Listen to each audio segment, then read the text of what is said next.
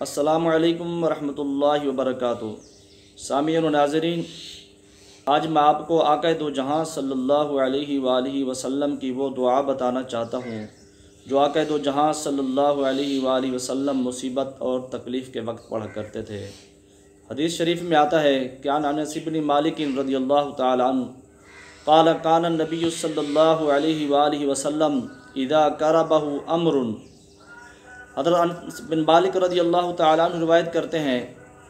کہ نبی پاک صلی اللہ علیہ وسلم پر جب کوئی سخت کام آن پڑتا، قال یا حی یا قیوم برحمتک استغیث، آقا دو جہاں صلی اللہ علیہ وسلم یہ دعا پڑھتے کہ یا حی یا قیوم برحمتک استغیث، یعنی اے زندہ اور زمین و آسمان کو قائم رکھنے والے، تیری رحمت کے وسیلے سے فریاد کرتا ہوں۔ سامعین گرامی، ہمیں بھی چاہیے کہ ہم میں جب کوئی تکلیف، کوئی پریشانی، کوئی مصیبت پہنچے،